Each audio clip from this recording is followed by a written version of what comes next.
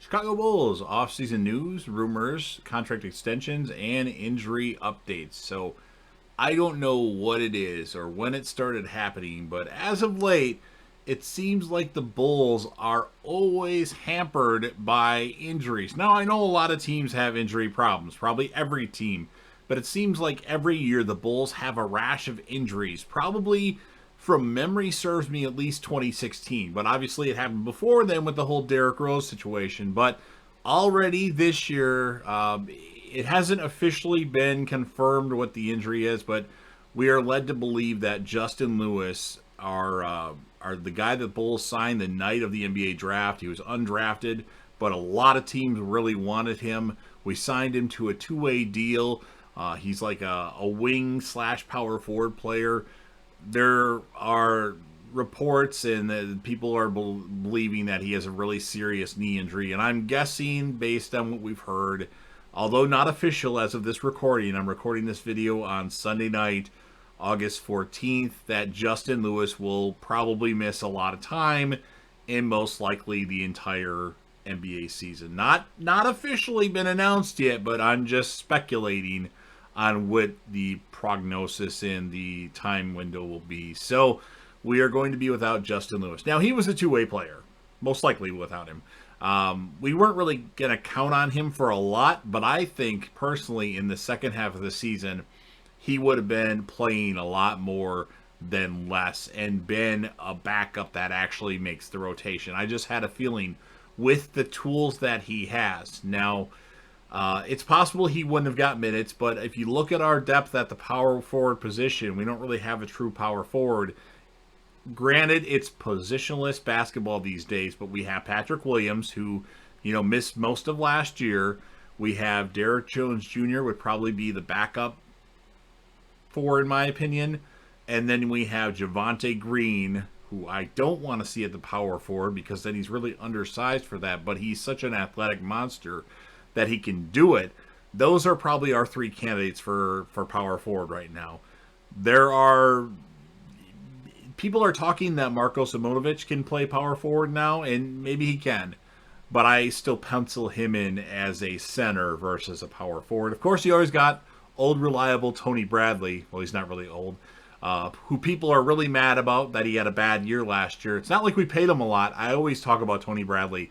People were expecting way too much from a guy that was making, $1.8 million? Do you think he was going to be this, most improved player in the league? I mean, he did what he needed to do, in my opinion. I don't think Billy Donovan gave Tony Bradley consistent minutes, and I know there are times that he didn't deserve consistent minutes, but I think Tony Bradley did fine. And as a third center on the team, now that we have Nikola Vucevic and Andre Drummond, I think Tony Bradley is a fine third center that, if need be, can step in to play backup center minutes if Vooch or Andre Drummond were to miss some time. People need to really stop hating on Tony Bradley like he's the worst bull of all time. Come on now. You put in a one-on-one NBA game Cristiano Felicio versus Tony Bradley, and Tony Bradley's going to wipe the floor with him. Now, I'm not blaming Felicio. Garpax, or I think it was more John Paxson, gave him that 4-year deal that was worth $36 million or something like that. So that's on them for giving him the deal, but he didn't deserve that deal at all. I mean, he made some good picks at one point and can hit some jumpers at times. But people should hate on Felicio more than they should hate on Tony Bradley. But I'm getting off the topic subject. The thing is, we need another backup power forward, in my opinion, because what if something happens to Patrick Williams or Derrick Jones Jr., or we can't count on Javonte Green to do as much as he did last year? I mean, injuries happen, and it seems like the Bulls get a lot of them, so I'm guessing we're going to have a lot of concerns. Now, obviously, we have a lot of concerns at guard with injuries as well. We have Zach LaVine, who's coming off his surgery, but it seems like Zach LaVine's going to be just fine, but you never know. We have Lonzo Ball. Yeah, there are concerns with Lonzo Ball. He had the injury in January. He was supposed to come back for the playoffs. He tried to ram up his activity, and the bone bruise kept bothering him. And he's progressed a little bit, but just a little bit. Like, he can't ram up activity still. His knee still, the bone bruise is still bothering him. So if he can't ram up his activity anytime soon, we might miss Lonzo Ball for a significant portion of time. So that's why we added some depth at the guard position in the offseason. We drafted Dalen Terry. We also have Ayo Dosunmu, and we also have Alex Caruso, who gets injured as well. And part of that is Caruso goes to the basket too hard. I think Caruso should be more of a jump shooter and not drive to the lane so much, and maybe he would reduce his risk for injuries. So, and to top it all off, we did sign Goran Dragic to a one-year deal just as an emergency piece, but he's saying he's going to get 20 to 25 minutes a game. I would highly doubt that that would happen. And of course, last but certainly not least, we still have Coby White. For now, I still think the Bulls are going to trade Coby White before the season starts, and I think now more than ever is the time to do it. Now, what should we get back for Coby White? At this point, we just need to basically get a power forward that can mostly match the contract. There are two trades that I would like to see. Well, there's a free agent signing that I would like to see too, but we are just under the luxury tax, and it doesn't sound like we're going to make another move as far as free agency goes, because that would put us under the luxury tax. I think we're $1.7 million away from that. I wouldn't mind if the Bulls were able to sign Markieff Morris to a contract, but because he would be a good backup 4/backup 5 and at least fill the role as a depth piece in case somebody else gets hurt. But it doesn't look like we're going to go that route, at least at the moment, due to the fact that we're right under the luxury tax. So who should we trade Coby White for? Well, there are two players. One of these trades is probably unrealistic because I don't think the Knicks want to trade him. But if they did want to trade him, Obi Toppin would be a guy I'd be interested in. Now, you're not going to get much defense from Obi Toppin, but the guy goes to the basket and he can do things on the basketball court. And it's just a trade that I like because the contracts are relatively close, and that would be a guy I would be interested in. In fact, the year that Obi Toppin was drafted in, I was really high on him, and I was hoping that the Bulls would take him, but he actually fell quite a bit, if memory serves me correctly. But the other trade that I looked at that I believe would be a good fit for both teams, and that would be the Bulls sending Coby White over to the Washington Wizards for a guy that was drafted in the same draft class as Coby White at the 9th pick, and that would be Rui Hachimura. Now, Hachimura is good. He can do a little bit of everything. He's a better defender as far as Obi Toppin goes. He can shoot the three with decent percentage. I would love that trade, and we'd actually come out ahead as far as salaries go because he makes a little he makes like 6.2 million, and Coby White's at over 7 right now. So we gained some salary in the process, which if we did that, maybe they have to send us back one of their cheaper players to kind of match, which they don't have to in that case, or it gives us more money to sign Markieff Morris, because I would still like us to get another depth piece to add to what we have already. But I really like that deal. I mean, Hachimura really isn't going to have time to shine in Washington now with Kristaps Porzingis there. You've got Kyle Kuzma. You've got, I'm forgetting the guy's name. We had him before. Daniel Gafford. You know, he's going to get a lot of playing time because he's been impressive on the floor. You've got Denny Avdia, who I'm not really sure what his status is right now, if he's a 3, if he is a 4. But it doesn't look like Rui Hachimura is going to really play on the Wizards. So that opens up that trade possibility, in my opinion. And do they really need Coby White? Well, you've got Will Barton, you've got Bradley Beal, Johnny Davis, the guard out of Wisconsin, who I like because I'm from Wisconsin, obviously. So maybe they don't necessarily need Coby White. Maybe you turn this into a 3-team trade to give a team that really is interested in Coby White. But I think the Bulls should move on from Coby White because I don't believe that Coby White is going to be this crazy 6th man ever in the league. At times, yes, he can be a guy that, scores 16 points a game, but in my opinion, he's no Ben Gordon. However, I will say I think I like Coby White's defense at times. I don't recall Ben Gordon ever really playing defense, but he had lots of offense, especially in the fourth quarter. So If neither of those trades work out for you and you want to keep Kobe White because you think Kobe White is this great player, which maybe he is, he's still young.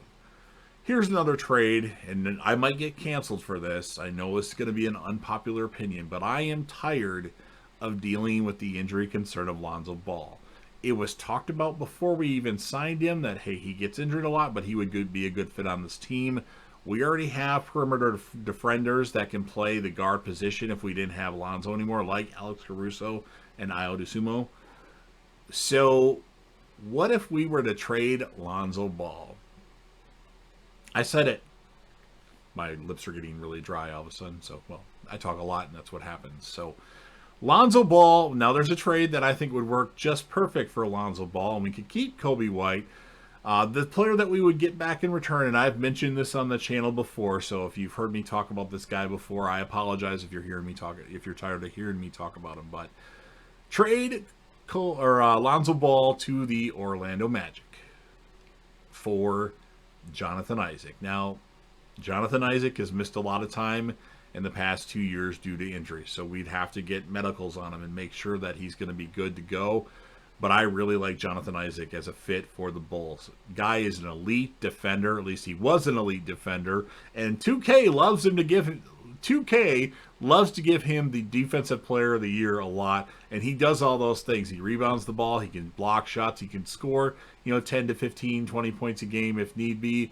I think he would be a great fit. Obviously, we would miss Lonzo Ball, but like I said, we have other guys that can play that position in the fourth quarter when we need that perimeter defense. With Levine, DeRozan, Jonathan Isaac, Vooch, we could either put Ayo Dosunmu or we could put Alex Caruso out on the floor, and that, I think, solves that.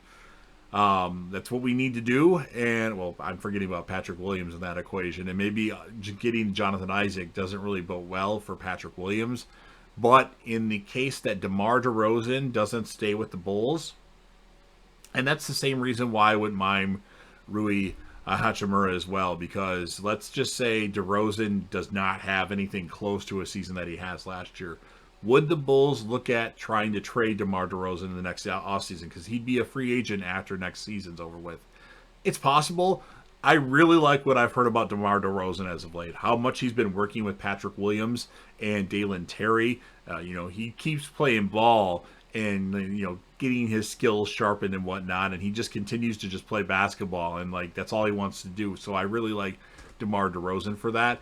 But I think it would be nice for us to have a 3-and-D wing. So if DeMar, for some reason, left, or we decided to trade him because we wanted to get something for him, getting a guy like Rui Hachimura would be nice because he can play the 4 then, and Patrick Williams, I think, can go back to being the 3, which I'm more comfortable having Patrick Williams be a 3-and-D guy versus a 4, in my opinion. Or that's, you get Jonathan Isaac for Lonzo Ball, you put Williams back at the 3, you put Isaac at the 4. Who knows? You might even bring back DeMar DeRozan on a smaller contract.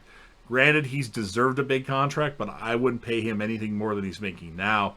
And I would go lower, like a 3-year, $45 million. I think that's where I'd be safe, bringing back DeRozan after the final year of his contract. Of course, I'm the same way with Vooch. I don't want to pay him any more than $15 million a year because there's some things that he can do well, but there's a lot of holes that he can't provide us. Like, defense is very key with the guys that we have. If we still have Levine and DeRozan, we need some guys that can play defense and switch.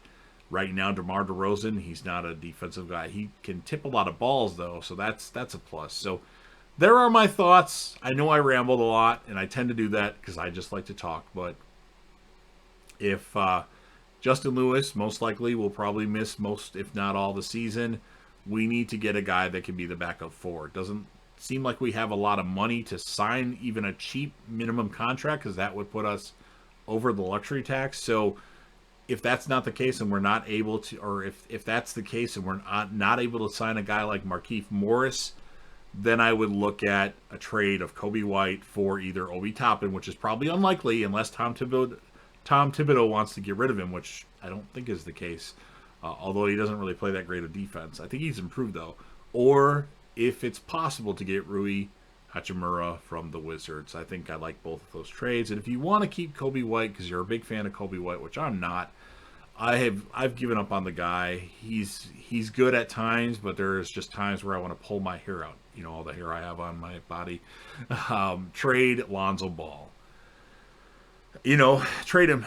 Jonathan Isaac, I think, would be a great fit on the Bulls. You know, especially if we still have Patrick Williams, Zach LaVine, DeMar, Boos. I don't know, but those are my thoughts. Let me know what your thoughts are in the comments section. Any trades that you think the Bulls should look at with the concern of Justin Lewis. If you're a Bulls fan, make sure you smash that like button. Share the video with any Bulls fan that you know.